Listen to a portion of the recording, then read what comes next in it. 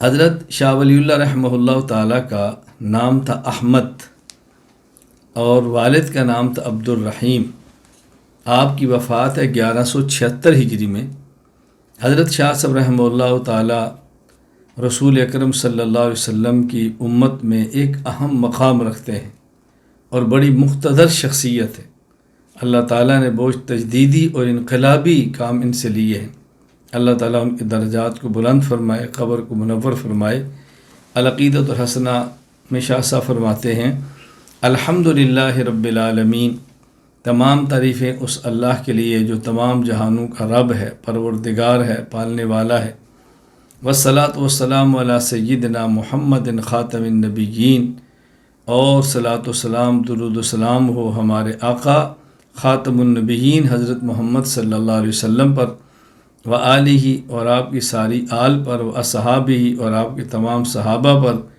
اما بعد، فیقول العبد الفقیر المفتقر الی رحمۃ اللہ الکریم احمد المدعو بولی اللہ بن عبد الرحیم احسن اللہ تعالی الیہما۔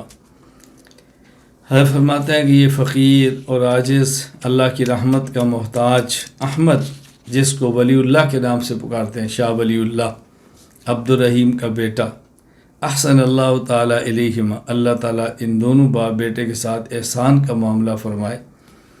اشہد اللہ تعالیٰ ومن حضر من الملائکۃ والجن والانس انی اعتقد من صمیم قلبی۔